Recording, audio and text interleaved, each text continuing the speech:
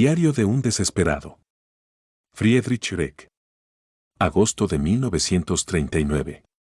He estado en el Wolfgangsee, en casa de Jannings, cuya espléndida residencia de campo se encuentra ahora ensombrecida por el miedo de su propietario a la guerra.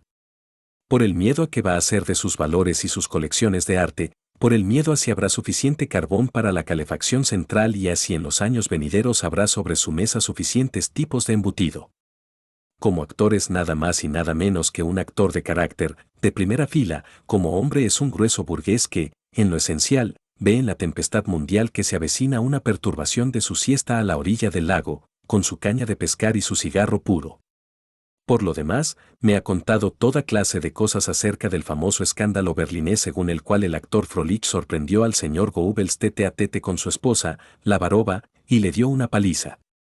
La realidad es, casi diría que por desgracia, algo diferente, y como Jannings se califica de testigo de los hechos, voy a hacer los míos aquí en su versión.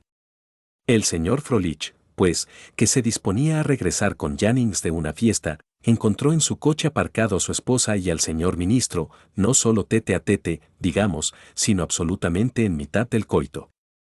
Acto seguido, administró un par de bofetadas no al señor Goebbels, sino solo a su esposa, y expresó luego al homme d'état, ocupado en ordenar sus ropas, su gratitud por haber desenmascarado a la cortesana que tenía confiada. Así sucedió, y no de otra manera. El coraje cívico no alcanzó para otro procedimiento. Pero el populacho, aferrándose a la versión del ministro objeto de una paliza, ha dado rienda suelta a su imaginación y a su rabia con la cancioncilla, que rápidamente se ha hecho popular, quisiera ser Froelich. Depende de la opción política del que canta si se escribe Froelich con o sin H.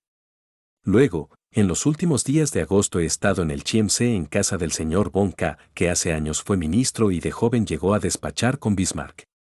Hemos hablado de sus experiencias bélicas y de aquellos primeros días de guerra, hace ya 25 años, en la frontera prusiana oriental, donde las noches de luna llena, poco antes de la declaración del conflicto, las patrullas de caballería observaban cuidadosamente, cabalgando en fila india, los linderos de los inmensos campos de trigo, e incluso después de la declaración de guerra era difícil mover a esos jóvenes campesinos a superar un viejo temor sagrado y atravesar a caballo la cosecha que se alzaba en las espigas.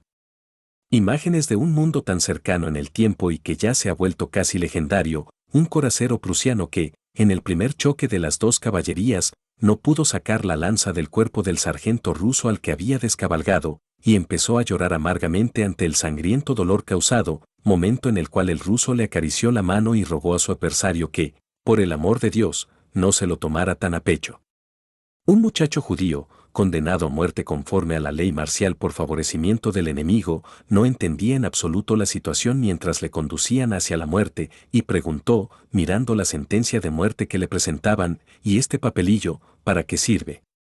Un viejo campesino ruso hecho prisionero, un hombrecillo mísero y ya completamente derrumbado, con su uniforme del ejército, declaró que a 1000 metros aún disparaban, no dan a nadie, e incluso a 500, al menos no se ve si aciertan.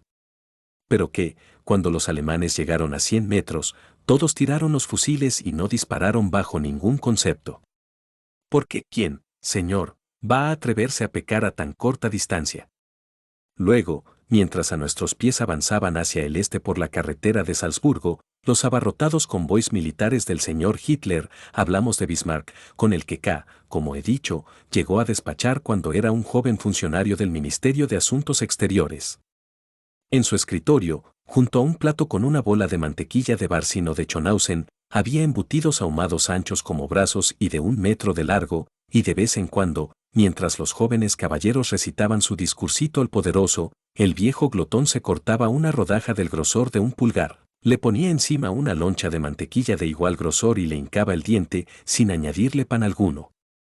No me cabe duda de que la cualidad de gran estadista depende en gran medida, como demuestra por otra parte la curva del destino del imperio napoleónico, de la solidez física del jefe del Estado, y naturalmente quisiera saber qué clase de catástrofe ocurriría si el gran eunuco que en la actualidad manda sobre Alemania se sentara, aunque solo fuera una vez, a engullir uno de esos tentempiés bismarckianos. Por lo demás, sería un lisiado intelectual si, más allá de esos episodios, pretendiera negar la apasionada grandeza de Bismarck. Pero ahora que empieza a germinar la semilla, esparcida por él, de una gran Prusia engordada artificialmente por la industria, estoy más convencido que nunca de que su obra encierra en sí el trágico error de un gran hombre, y que a él es a quien debemos la torpeza industrial del Estado y su plaga de masas que se reproducen como conejos, a las que en el fondo ya no se puede dar trabajo y que están tanto más ansiosas de poder. Mañana pues, por efecto de ese mismo estado bismarckiano, tendremos una segunda guerra mundial librada en contra de la geografía, y no dudo de que, declarada otra vez al mundo entero por el eterno vocinglero prusiano, está perdida desde el primer disparo. Podremos hablar de suerte si la inevitable catástrofe se produce pronto, tras una corta guerra y un montón de escombros relativamente pequeño. El aire de este último día de paz, ya un poco otoñal, es transparente como el cristal. Inalterables, con la medida precisión de los astros, cruzan colina arriba y colina abajo las yuntas de arado de esos bueyecitos de Pinzgau cuya devota visión hace pensar que gruñían ya sobre el pesebre de Cristo. El paisaje, puro e inocente, se extiende abierto, pacífico y solitario como el de un libro de estampas. Y, sin embargo, este aire huele a podredumbre. La gente lo percibe y está profundamente preocupada. El campesino, y precisamente el campesino bávaro, es el único en Alemania al que ni la general embriaguez histérica ni todos esos atracos políticos coronados por el éxito en los últimos tiempos han arrebatado su instinto y su prudencia. En el pueblo solo están entusiasmados esos jóvenes camorristas educados para la bronca en las juventudes hitlerianas que se imaginan la guerra como una repetición de las promenades militares austríaca y checa. Esta mañana, al regresar a casa, ha salido a mi encuentro el herrero del pueblo. El pigmeo que hoy por hoy rige los destinos de Alemania se ha atrevido a dar el salto, y en todos los altavoces grazna esa voz de esquizofrénico borracho de poder. Estrecho la mano de este hombre que desde hará pronto 7 años no sufre ni odia menos que yo. No dudo del inconmensurable sufrimiento, ahora ya inevitable. Pero tampoco dudo de lo que desde hace 6 años, e incluso en las horas más oscuras de mi vida, me mantiene en pie, de la certeza de que él, el gran criminal, ha firmado hoy su propia sentencia de muerte. Te he odiado cada hora que ha pasado desde entonces, te odio tanto que ofrezco mi vida con alegría por tu perdición, y sucumbiré alegremente si llego a ver tu caída y te arrastro a las profundidades con mi odio. Cuando pienso en ese odio me asalta el horror, y no puedo cambiarlo y no sé de qué otro modo resolver todo esto. Que nadie me tilde de renegado y que nadie se engañe sobre el alcance de tal odio. El odio penetra hasta la realidad, el odio es el padre primigenio de la acción. ¿Creéis que queda una salida de nuestra casa, apestada y profanada, sobre la que no esté escrito el mandamiento de odiar al Satán para poder buscar en la oscuridad el camino del amor?